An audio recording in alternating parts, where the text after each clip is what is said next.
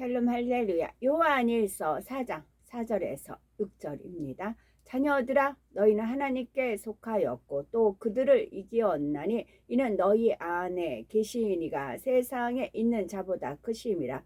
그들은 세상에 속한 고로 세상에 속한 말을 하며 세상이 그들의 말을 듣느니라. 우리는 하나님께 속하였으니 하나님을 아는 자는 우리의 말을 듣고 하나님께 속하지 아니한 자는 우리의 말을 듣지 아니하나니 진리의 영과 미혹의 영을 이로써 아느니라.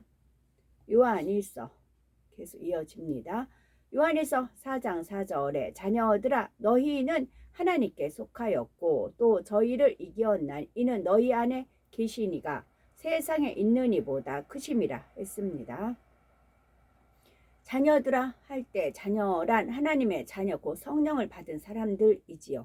예수님께서 우리를 구원하시려고 십자가에 못 박혀 돌아가셨다는 사실을 믿고 하나님의 자녀가 된 자들을 말하지요. 주님을 영접하고 성령을 받은 후에는 성령의 인도하심을 따라 진리대로 행해야 합니다. 진리 곧 하나님의 말씀대로 사는 사람은 하나님께 속한 사람이지요. 아직 온전히 성결되지 않았다 해도 하나님의 말씀대로 살기 위해 노력하며 진리를 행해 나갈 때 하나님께 속했다 할 수 있습니다. 이렇게 믿음으로 진리를 행하려면 세상을 이겨야 합니다. 세상을 이긴다는 말에는 여러 가지 의미가 있죠. 세상 정욕을 쫓아가지 않고 진리로 자기 마음을 지키는 것, 핍박 가운데서도 믿음을 지키는 것, 이단 사상에 미혹되지 않는 것 등이 다 세상을 이기는 것에 포함이 됩니다. 세상을 주관하는 원수 마귀 사단에 맞서 진리 가운데 살아가는 것이 세상을 이기는 것이지요. 아직 믿음이 연약할 때는 믿음의 싸움이 어렵게 느껴질 수 있습니다. 소신자들 곧 믿음의 1단계에서는 세상에 지는 경우가 비교적 많이 있죠. 예를 들어 시기, 질투, 미움, 혈기, 욕심, 간음 이런 죄성들이 자기 안에서 요동할 때 진리를 들어서 알기 때문에 범죄하지 않으려고 노력은 합니다. 마음의 갈등 속에 싸우다가 어떤 때는 진리로 승리하기도 하고 어떤 때는 유혹에 져서 범죄해 버리기도 하지요. 재정이나 질병 등의 어려움으로 공고하면 감사와 기쁨을 잃고 불평하거나 원망하기도 합니다. 신앙생활을 하는데 핍박이 오면 이기지 못하고 타협하는 경우도 있죠. 믿음이 성장해서 2단계 중반쯤 이르면 어느 정도 싸워서 이길 힘이 생깁니다. 격투기 종목의 경기에 비유하면 1단계에서는 아직 실력이 약하여 일방적으로 맞기가 쉽고 2단계에서는 한 대 맞으면 나도 반격하여 한 대 때릴 정도의 실력은 됩니다. 이렇게 선수들의 실력이 대등하여 한 대 맞고 한 대 때릴 정도의 경기가 가장 치열하지요.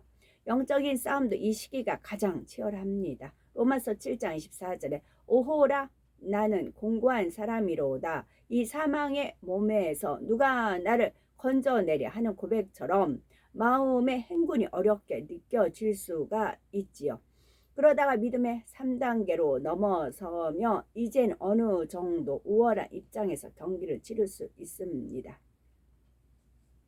여기서 남자분들 같은 경우는 하나님께서 생육하고 번성하여 땅에 충만하라 라는 것이 이제 그 주어진 그런 것이기 때문에 그 왕성할 수가 있어요. 성적인 그런 부분에. 그래서 그 M교회 같은 경우는 어떻게든지 그거를 자꾸 이제 세상 흐름이 그렇잖아요. 뭐예요? 핸드폰도 그렇고 무엇도 그렇고 이렇게 내가 원치 않는데 뭐 클릭하려고 막 그런 이상한 게 막 뜨고 그러는 거잖아요. 그러다 보면 왕성하기 때문에 그런 것이 이제 땡길 수가 있는 거죠. 그래서 M교에서는 그 젊은 청년들이 이비인후 무슨 과예요? 남애들 가는 과 그 비뇨기과 거기 가서 거세를 해요. 이렇게 내시들 하는 거 있죠. 내시 하는 작업이 있죠. 그렇게 하는 사람들이 엄청 많았어요. 그게 지금은 어쩌려나 모르겠어요. 그게 그 교회가 아닌 게 나오잖아요.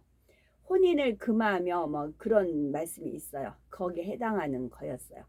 아니에요. 생육하고 번성을 땅에 충만해서 결혼도 해봐서 거기서 상대성을 아는 거거든요. 이 땅에서 사는 거는 상대성을 경험을 하는 거거든요. 그래서 천국이 얼마나 좋은 거 알고 정말 육적인 사랑이 아니고 영적인 사랑이 얼마나 좋은 거 알고 그런 거를 경험하기 위해서 우리가 이 땅에 사는 거잖아요. 산 경험인 거잖아요. 근데 그것을 억지로 거세를 하는 분들이 엄청 많아요. 지금 그분들 어떻게 되나 가능할라나 모르겠어요. 제 생에 그건 모르겠어요. 그 정도로 이 싸움이 치열하기 때문에 그랬어요.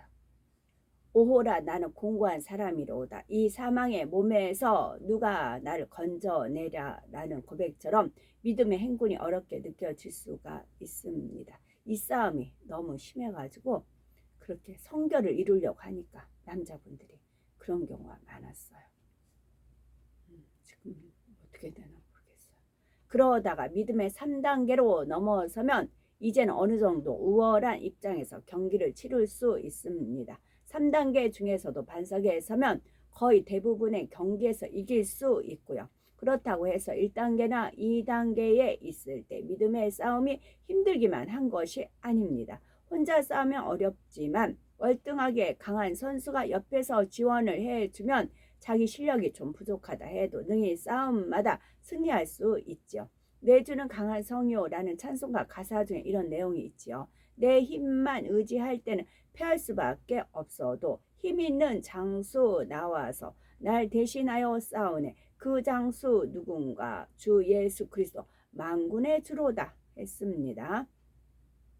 사람의 힘으로 할 수 없는 것도 예수 그리스도의 능력으로는 할 수 있습니다. 또 하나님께서 보내주신 보혜사 성령의 도우심으로는 얼마든지 승리할 수 있죠. 다시 말해서 성령이 충만한 상태에서는 믿음의 분량이 적다 해도 세상을 얼마든지 이길 수 있죠. 빌립보서 4장 13절에 내게 능력 주시는 자 안에서 내가 모든 것을 할 수 있느니라는 대로 모든 어려움을 극복하고 진리 안에 거할 수 있습니다. 예전에 혈기와 짜증이 많았던 사람도 주님을 영접하여 은혜 충만, 성령 충만할 때는 혈기를 내지 않습니다. 고난이 와도 기도와 찬양으로 이겨내고 전도하다가 핍박을 받거나 애매히 고난을 받아도 감사하며 기뻐하지요. 맞서 싸우거나 감정을 푸는 것이 아니라 상대를 이해해주고 선한 말로 대응합니다. 선으로 악을 이기는 것이죠. 세상살이에 몸이 피곤하고 힘들어도 쉬지 않고 기도하며 각종 예배에 참석합니다. 믿음의 1, 2단계 초신자라 해도 성결되기 위한 노력을 쉬지 않고 항상 불같이 기도하며 성령의 충만함을 유지할 수 있지요. 반면 믿음의 3단계라 해도 기도의 양이 부족하거나 마음의 할례에 게으르면 신앙의 성장이 멈추게 됩니다. 이렇게 신앙이 정체되면 성령의 충만함도 서서히 사라지고 점차 신앙생활이 어렵게 느껴지지요. 충만할 때는 하루 종일 예배 드리고 밤늦게까지 교회에서 봉사해도 행복했습니다. 그런데 충만함이 떨어지면 모처럼 쉬는 날인데 나도 일찍 들어와서 오락을 취하고 싶다는 생각이 들기도 합니다. 전에는 2-3시간 철야 기도도 금방 지나갔는데 이제는 점점 기도가 부담스럽게 여겨지지요. 예전에는 성교회나 구역 모임마다 찾아갔는데 은혜가 떨어지면 점점 마음이 멀어지고 한 번, 2번 빠지게 되지요. 이럴 때 어떤 사람은 마태복음 26장 41절에 마음에는 원이로되 육신이 약하도다 하신 말씀을 인용해서 변명하기도 합니다. 그러나 이는 아직 성령을 받지 못한 사람들에게나 해당하는 말씀입니다. 예수님께서 잡히시던 밤에 예수님께서는 제자들이 예수님과 함께 깨어 기도하기 원하셨지만 제자들은 그러지를 못했죠. 수제자였던 베드로조차 육신이 피곤하니 기도하다가 잠들어 버렸죠. 성령을 받지 못했을 때였기에 베드로가 이렇게 피곤하면 졸리기도 하고 생명의 위협을 느낄 때는 예수님을 모른다고 부인하기도 했죠. 그러나 예수님께서 부활 승천하신 후에 성령을 받은 베드로는 전혀 다른 모습이었습니다. 마음에는 원이지만 육신이 약해서 못한다 하는 사람이 아니라 육신을 초월하여 마음에 원하는 대로 행하는 사람이 되었지요. 살기 등등한 위협 속에서도 권능을 행하며 담대히 복음을 전했습니다. 네로 황제의 핍박이 한창인데도 복음 전파를 위해 로마로 달려갔고 마침내는 십자가에 거꾸로 매달려 순교했지요. 너희 안에 계시니가 세상에 있는 이보다 크심이라는 말씀대로 성령께서 주시는 능력은 원수마귀 사단이 가진 어둠의 능력보다 큽니다. 히브리서 11장 38절에 이런 사람은 세상이 감당치 못하도다 했지요. 세상의 성도들 아무리 핍박하거나 미혹해도 성령이 충만한 성도들은 기쁨과 감사, 지혜와 능력으로 능히 이길 수 있지요. 우리는 항상 성령이 충만하여 세상을 이겨나가야 되겠죠. 그래서 마침내는 승전가를 부르며 새 예루살렘 진주문을 통과할 수 있는 우리가 되어야 되겠습니다.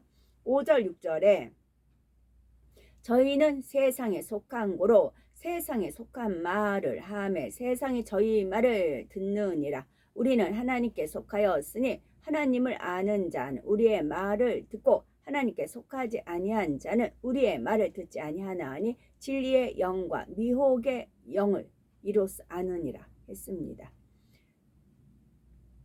요한일서 4장 1절에서 3절의 영분별에 대한 설명이 나오죠. 하나님께 속한 영과 어둠의 영을 분별할 때 예수 그리스도를 시인하는 지의 여부가 가장 중요한 기준이라 했습니다. 이와 더불어 하나님의 말씀 곧 진리 안에 거하는지 아닌지가 빛과 어둠을 분별하는 기준입니다. 사람이 어떤 말을 하고 어떤 말을 듣는가에 따라 어디에 속해 있는지가 분별이 됩니다. 영적으로 자기가 속한 영역의 말을 하며 그 말을 알아듣기 때문이지요. 비유를 들어봅니다. 우리가 어느 나라에 출장을 갔는데 그 나라의 언어를 전혀 모릅니다. 식당에서 혼자 밥을 먹고 있는데 주변에 많은 사람들이 대화를 하고 있습니다. 주변 사람들이 서로 아무리 재미있게 대화를 해도 우리 귀에는 그 대화가 들어오지 않을 것입니다. 말을 알아들을 수가 없기 때문이지요. 그런데 갑자기 좀 떨어진 곳에서 여보세요, 저 지금 식당에 있어요 하고 우리말로 전화 통화하는 소리가 들립니다. 그러면 귀가 번쩍 뜨이지요. 우리나라 사람이구나 하고 반갑기도 하고 자기도 모르게 통화 내용에 귀를 기울이게 됩니다. 내가 쓰는 말이고 내가 알아듣는 말이기 때문이지요. 영적으로도 마찬가지입니다. 우리가 진리에 속한 사람이라면 다른 사람의 말을 들을 때도 진리에 속한 말에 마음이 동합니다. 선한 말, 화평의 말을 들을 때 귀가 솔깃하며 기쁘고 즐겁지요. 자기 자신도 선한 말을 하고요. 반면 세상에 속한 사람은 세상에 속한 비진리의 말을 합니다. 또 자기 안에 비진리가 많은 만큼 선한 말을 흘려 듣게 되고 악한 말에 귀를 기울이며 마음에 담게 되지요. 예를 들어서 직장에서 부장님이 사장님께 책망을 듣고 기분이 상했습니다. 마침 그때 자기 부서 직원들이 작은 실수를 하자 부장님은 심하게 야단치며 분풀이를 했지요. 그 후에 직원들끼리 모인 자리에서 A라는 직원이 말을 꺼냅니다. 도대체 왜 부장님은 사장님께는 한마디 대꾸도 못하시면서 힘없는 우리에게만 화풀이를 하시지 하루 이틀도 아니고 매번 그러시는데 기분 나빠서 일을 못하겠다 하는 것입니다. 그러면 부장님에 대해 감정이 상한 직원들은 맞아 하면서 동조하고 전에 있었던 불편한 일들까지 들춰내지요. 그럴 때 B라는 사람이 조심스럽게 말합니다. 부장님이 오늘은 스트레스를 받으셔서 절제를 못하고 화를 내셨지만 내일이면 미안해 하실 텐데 우리가 그냥 이해하고 섬겨드립시다. 직장생활 하면서 모두가 어려운 일이 많은데 우리가 이해 못하면 누가 이해하겠어요? 라고 하는 거죠.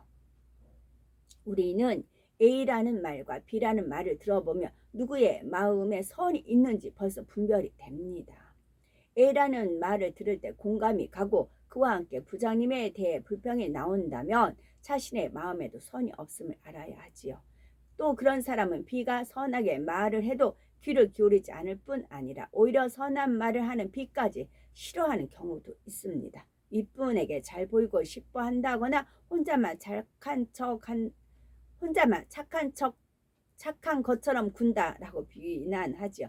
혼자만 착한 것처럼 군다라고 비난을 하죠. 반면에 선한 마음이 있는 사람은 A의 악한 말을 들을 때 동조할 수 없습니다. 오히려 그런 말을 듣고 있는 것이 민망하게 여겨지지요. 반면에 B의 말을 들을 때는 그 선한 마음을 느낌으로 듣는 사람의 마음도 평안합니다.